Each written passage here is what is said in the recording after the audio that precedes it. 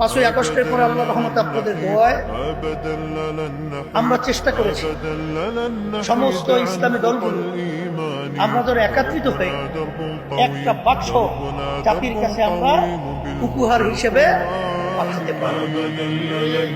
আল্লাহর রহমতে আপনাদের দোয়ায়, আল্লাহর খাস মেহেরবানিতে, আল্লাহর রহমতে অবস্থা খুবই ভালো,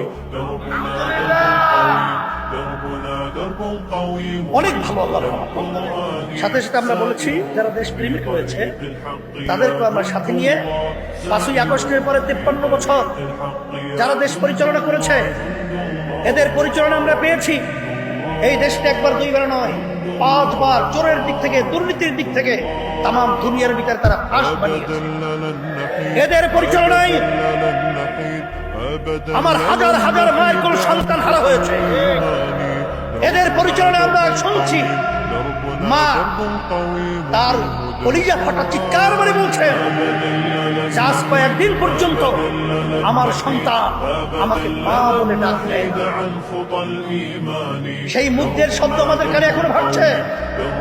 সে আবু সাঈদের হাত প্রসারিত করে বুকের ভিতরে গুলির রাস্তায় লুটিয়ে ফেলেছিল, সে দৃশ্য এখন আমাদের চোখের সামনে পড়ছে। সেই বাংলাদেশের আয়নাঘর এখন আমাদের নজরে, এখন আমরা দেখছি আমাদের দেশের টাকা পাচারকারী আমরা সেটা দেখেছি।